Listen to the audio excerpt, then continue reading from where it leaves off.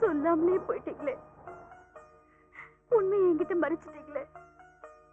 நீங்களே தாயா இருந்து அவனை வளர்த்திருக்கீங்க. கடைசியில எல்லா பொறுப்பையும் அவங்கிட்டயும் ஒப்படைச்சிட்டீங்க. அவன் இருந்தும் எனக்கு தெரியாம போச்சு. என்னம்மா இது? இவ்வளவு நாளா அவர் எங்கன்னு தெரியாம அழுதுட்டு இருந்தீங்க. எது எப்படியோ கடவுள் அவரை இந்த ஊருக்கே கொண்டு வந்து சேர்த்துட்டாரு இல்லையா? வருதுன்னு எனக்கு ஒரு மகன் இருக்கான்னு அவருக்கு தெரிய வேண்டாம். நீங்க நானும் அதுக்கு சம்மதிச்சு அதை மறைச்சேன், அவனை தள்ளி வச்ச. அன்னைக்கு நான் செஞ்ச பாவத்துக்கு இன்னைக்காவது நான் பிராயச்சித்தம் தேடணும். நான் அவனை பார்க்கணும். அவனை பார்க்க வரலாமான்னு கேளுங்க.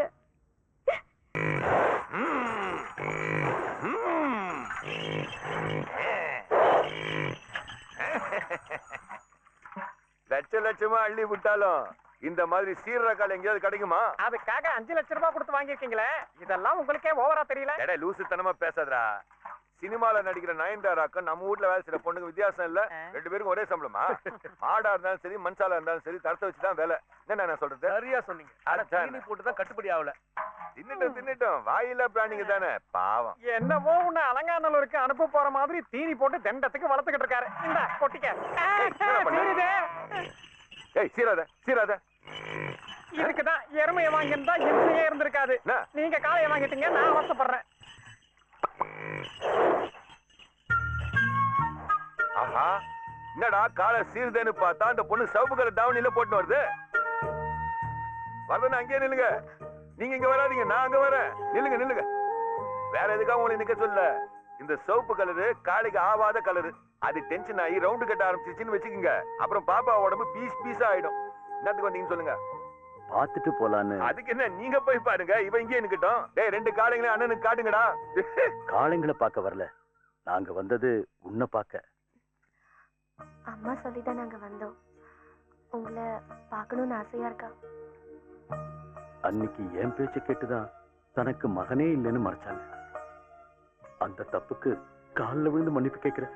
நான் இப்ப இந்த ஊருக்கு வந்தது அவரை நேண்ட கொடுத்த சில வேலைங்களை செஞ்சு முடிக்கதான்.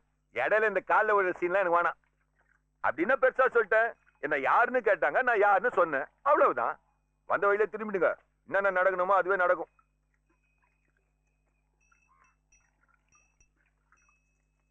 ஏ குட்டி, இங்க வா, கொஞ்சம் பேசுவோம். என்ன வேலை செஞ்சுன்னுக்கிற நீ? நான் பூ மார்க்கெட்ல பூ வித்துட்டு இருக்கேன். பூ விக்கிறியா? அப்புறம் இன்னத்துக்கு ஆத்த விட்டு இங்க வந்து என்னாண்ட பஞ்சாயத்து பேசுனுங்கிற? போய் உன் பூ தொடுக்கிற வேலையை பாரு. தெரிஞ்ச மாதிரி காட்டிப்பான்னு பார்த்தா சரியான காட்டெருமையா இருக்கும். எல்லாம் அவசியம் இல்ல. பேங்க்ல போறேன்னு சொல்லி எல்லாத்தையும் வீட்டு பீரோல அடுக்கி வச்சது போதும். இந்த பச்சு பாரு. வக்கீலு, இவன் படிப்பறிவில்லாதவன். அதனால பச்சை தமிழ்ல புரியுற மாதிரி எடுத்து சொல்லுங்க. மிஸ்டர் மாணிக்கத்துக்கு உயில் படி கிடைச்ச அதிகாரங்களையும் உரிமைகளையும் விசாரணை முடிகிற வரை தற்காலிகமா நிறுத்தி வைக்கிறதுக்கான கோர்ட் ஆர்டர் தான் இது. எங்களுக்கு எதிராக இன்ஜெக்ஷன் ஆர்டர் வாங்கி எங்க 2 பேர் அக்கௌண்ட்டையும் ஃப்ரீஸ் பண்ணிட்டு எல்லாத்தையும் 25 வருஷத்துக்கு நீயே அனுபவிக்கலான்னு பாத்தியா? ராஜகண்ண, இந்த வக்கீல் சொல்றது எதுவுமே புரியல. என்ன மேட்டர் இது? இதுல என்ன கீதா எடுத்து புரியவே எனக்கு. இது ஸ்டே ஆர்டர் தான். அன்னைக்கு நீ என்கிட்ட என்ன சொல்லிட்டு போன? தில்லு இருந்தா மோதி பாருன்னு சொன்னல, அதாண்டா மோத வந்திருக்கேன். நீயா இந்த ஊரை விட்டு போகணும், இல்ல போக வெப்ப. என் அப்பனை ஏமாத்தி என்னைக்கு நீ வளர்ப்பு மகனா எங்க வீட்டுக்குள்ள நுழைஞ்சியோ அன்னைக்கே உன்னை தோக்கடிக்கணுங்கிற பெரி எனக்குள்ள ஆழ பதிஞ்சிருச்சு. ராஜரத்னத்தோட சொத்துக்களை அவரோட சொந்த ரத்தத்துல பிறந்தவங்க மட்டும்தான் அனுபவிக்கணும். அது நாங்க 2 பேரும் தான். இவன் என் கூட பிறந்தவன். நாங்க ஒரே ரத்தம். எல்லாத்தையும் அனுபவிக்க நாங்க இருக்கோம், நீ நடைய கட்டு. ஹலோ, நாங்க இதை எல்லாத்தையும் விட்டுட்டு போகணும்னு இந்த பேப்பர்ல எதுவும் இல்ல. ஹைகோர்ட்ல ஒரு கவுண்டர் அஃபிடவிட் ஃபைல் பண்ணா எல்லாம் முறையா நடக்கும். எதுவும் முடியாது. நடக்கட்டும். ராஜரத்னம் பிள்ளையோட நிறுவனங்களை இழுத்து மூடி தொழிலாளர்கள் பட்டினியால செத்தாலும் சரி, இவ அதிகாரம் இருக்காது இல்ல, அது போது எனக்கு. அதுக்காக சுப்ரீம் கோர்ட் வரைக்கும் போக வேண்டி வந்தாலும் நான் போவேன். நான் உயர்ந்த உள்ளம் நம்பிக்கிறவங்க செத்தாலும் பரவாயில்ல, தம் பங்கு தனக்கு வேணுங்கிறான். நாகப்பா, நம்ம எருமை வியாபாரத்துல இந்த கோர்ட் ஆர்டர் ஏதாவது இருக்குது? எருமைக்கெல்லாம் ஏது கோர்ட்டு, மாட்டு கொட்டாதா? கடைசியில கீரியும் பாம்பும் ஒரே கூட்டணி ஆயிடுச்சுங்க. இதுல எது ஆட்சி அமைக்க போகுது, எது வெளியில இருந்து ஆதரவு கொடுக்க போகுதுன்னு தெரியல. நீ என்ன சொல்ற உடம்பிருப்ப? இது வரைக்கும் நீ அதிகாரம் பண்ணதே அதிகம். இனிமே என்ன நடக்கணும்னு கோர்ட் தீர்மானம். அவ்வளவுதானே. கோர்ட்ல என்ன சொல்றாங்களோ அதை காதால கேட்டுக்கின்னு அப்பால கிளம்புவோம். அப்ப கோர்ட்ல இருந்து தீர்ப்பு வர்ற வரைக்கும் நீ இந்த இடத்தை விட்டு போறதா இல்ல? இந்த இடத்தை விட்டு நான் நவறதா இல்ல. நகர்த்தி காட்டுறேன். காட்டு வா. ஸ்டே ஆர்டர்னு சொன்னது அப்படியே ஆப்செட் ஆயிட்டேன். அப்செட் ஆயிட்டாராம்.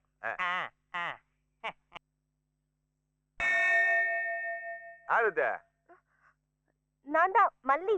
மல்லியோ முல்லியோ அந்த பக்கம் யாரும் இல்ல, இந்த பக்கம் திருப்பி பாரு. நல்ல பயிற்சி கொடுத்து சரியான வெறியேற்றி இந்த காளைங்களை தயார் பண்ணி வச்சிருங்க. நமக்கு துட்டு பெருசு இல்ல, கப்பு கப்பு பெருசா கொடுப்பாங்களே அதான். போ. என்ன நீ இந்த பக்கமா வந்துக்கிற? காட்டு எருமையை கண்டுன்னு போலான்னு வந்துக்கிறியா? காட்டெருமையா? நான் புரியலையா? அன்னைக்கு நீ போ சொல்ல அப்படித்தானே என்ன சொல்லிட்டு போன. ஒண்ணு சொல்றேன் கேட்டுக்க, எனக்கு இடது கண்டுதான் பீஸ் ஆயிட்டுக்குதே தவிர காது சும்மா கிண்ணுக்குது. இல்ல, அது நான் யாருன்னு உங்களுக்கு தெரிஞ்சிருந்தோம் கண்டுக்காத மாதிரி இருந்தீங்களே அதான். கண்டுக்காம இருந்ததுக்கு ஒரு காரணமும் இல்ல. வயசுதான் நினைச்சு பார்க்க வேணாமே தான். 2 பேருக்குமே நஷ்டம் ஏற்பட்டு போச்சு. அதை விட்டு தள்ளு. இப்ப இன்னத்துக்கு நீங்க வந்துக்கிற? அது அம்மா திரும்ப அழுதாங்களாக்கும். உங்க அம்மாவோட கண்ணீர் களங்கம் இல்லாதது. இதெல்லாம் சொல்ல எனக்கு உரிமை இல்லதான். இருந்தாலும் அம்மாவை எனக்கு தெரியும். அன்னைக்கு செஞ்ச தப்ப நினைச்சு அவங்க இன்னைக்கும் வேதனைப்பட்டு இருக்காங்க. அந்த வேதனையை பார்க்க முடியாம தான் நான் இங்க வந்தேன். இன்னைக்கு கோர்ட்ல இருந்து ஸ்டே ஆர்டர் வந்ததா உங்களுக்கு தெரிஞ்சதும் எங்க நீங்க சொல்லாம கிளம்பிடுவீங்களோன்னு அழுதுட்டு இருக்காங்க. அழுவிட்டோம். அது எல்லாத்தையும் பாத்துக்கின அவங்களுக்கு ஆறுதல் சொல்றதுக்குன்னு கூட ஆளுங்க இருக்கீங்களா? ஆனா அன்னைக்கு இந்த ஒத்த கண்ணன் கண்ணீரை மேலகிற ஆகாயமும் கீழகிற பூமியை தவிர பாக்கிறதுக்கு வேற நாதியே இல்லாம இருந்துச்சு. வாழ்க்கை பூரா அழ வேண்டியதுல அந்த வயசுல அழுது முடிச்சிட்டேன். சரி அத்தை விடு, இதெல்லாம் என்னோட இருந்துட்டு போட்டோம். அவங்க மேல எனக்கு எந்த கோபம் இல்லைன்னு போய் சொல்லு. இது அவங்க கிட்ட நீங்களே நேர்ல வந்து சொல்லலாம் இல்லையா? ஒரு பிள்ளைய ஆறுதல் தேடி நான் அன்னைக்கு அந்த வீட்டுக்கு போனப்போ அது எனக்கு கிடைக்காம போயிடுச்சு. போட்டோம், எனக்கு அங்க கிடைக்காது, அவங்களுக்கு இங்க வந்தா கிடைக்கும்னு போய் சொல்லு.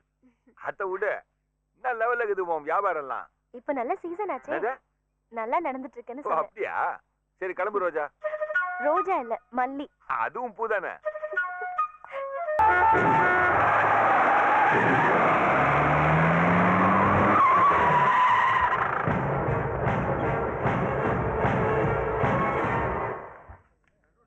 என்ன சார் குறுக்க நிறுத்திருக்கீங்க? பெட்ரோல் தீந்துருச்சா? தீர்லடா, தீர்த்துறேன். எங்கடா அந்த பெல்லாரி ராஜா? நான் இங்கதான் உட்காந்துக்கிறேன் சார். கொஞ்சம் இறங்குறீங்களா? என்னத்துக்கு சார் இறங்கணும்? காரணத்தை சொன்னாதான் காரை விட்டு இறங்குவீங்களோ?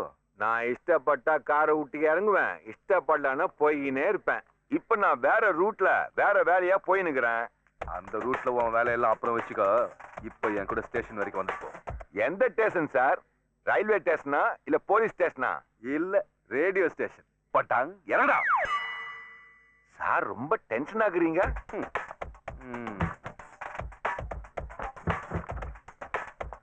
ஏய் நீ யாருன்னு ப்ளீஸ். என்ன சார் பிரச்சனை? இவருக்கு எதிராக ஏதாவது கம்ப்ளைண்ட் இருக்கா?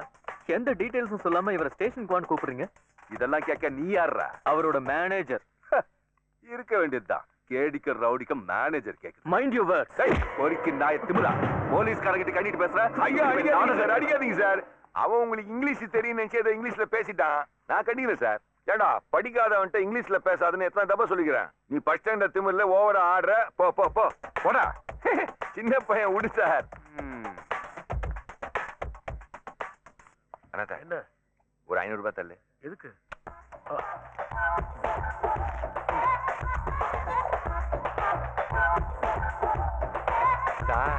நீங்க வெறப்பா வந்து மொறப்பா நிக்க சொல்லவே என்ன விஷயமா வந்துக்கிறீங்கன்னா தெரிஞ்சுக்கினேன். என்னத்த யாரோ நூல் விட்டுக்கிறாங்க.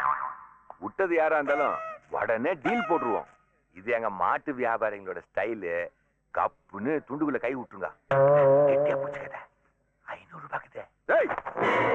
முன்னாடி எனக்கு லஞ்சம் கொடுக்க பாக்குறேன். ஒண்ணு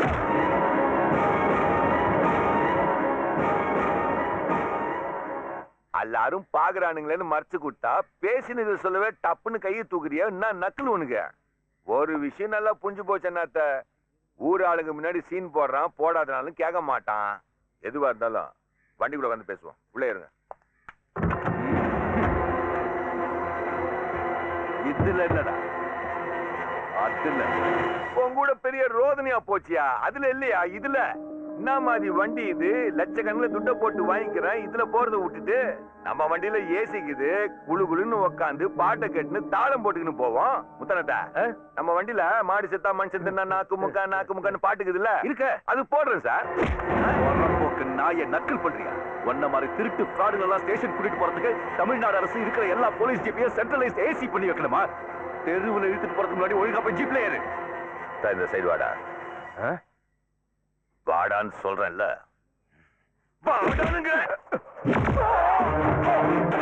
எல்லாரும் பாக்குறானுங்களே அடக்கி வாசின்னு நினைச்சா வாரண்ட் இல்லாமலே ஓம் போலீஸ் ஜீப்ல என்ன ஏத்தின்னு போறான்னு பாக்குறியா நீ? என்னன்னு இந்த பருப்புல வேகாத. நான் உன் கூட வரணும்னு நினைச்சேன்னா நீ வாரண்ட வாங்கிக்கணும், என் வீட்டு வாசல 10 தடவை ஏறி இறங்கணும். அப்பவே சொன்னேன்ல என் ரூட்டை வேறன்னு. இந்த பெல்லாரி ராஜா ஒரு ரூட்டை தீர்மானிச்சிட்டானா அந்த ரூட்ல தான் போவான். அதான் என் ஸ்டைலு. குறுக்க எவன் வந்தாலும் அவன் மேல என் வண்டியை ஏத்திக்கிட்டு போய்கிட்டே இருப்பேன். என்ன வண்டியா?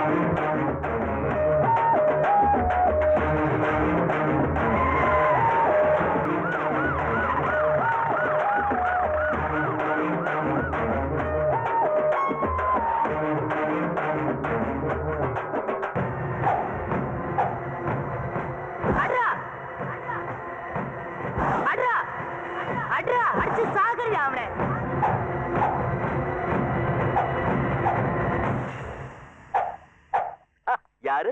மாணிக்கமா? நம்ம வீட்டுக்கெல்லாம் வரதுக்கு கூட வழி தெரியுது. சின்ன வயசுல வழி தெரியாம ஓடி போனவனுக்கு திரும்பி வரத்துக்கு வழி தெரியாது நீயே நினைச்சுக்கின போலுக்குது.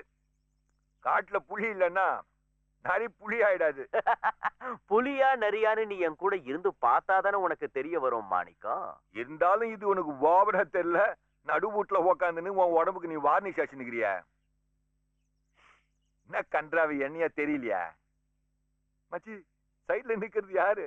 கட்டினதா இல்ல தள்ளின்னு வந்ததா? நீ போ. அதானே, அப்ப இது தள்ளின்னு வந்ததுதான். நீ முன்னாடியே வருவேன்னு நான் எதிர்பார்த்தேன்.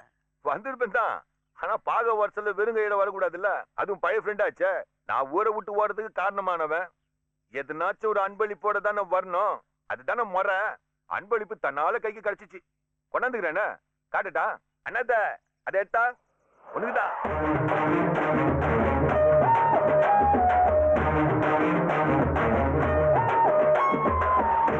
இந்த மேச மேல வெள்ளி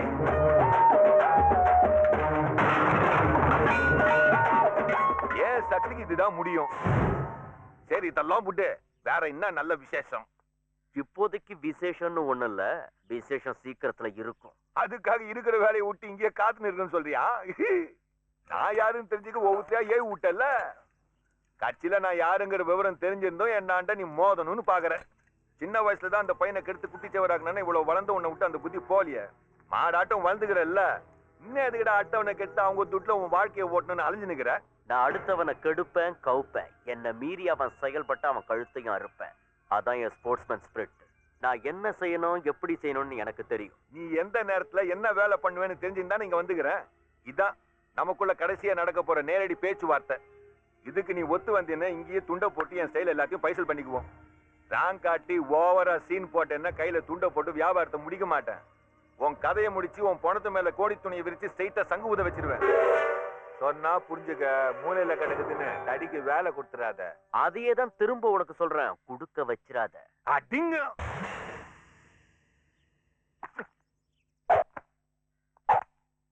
நரின்னு நினைச்ச, இவன் புலிதான். நாம இன்னொரு தபா இந்த வீட்டுக்கு வரவேண்டிருக்கோம்.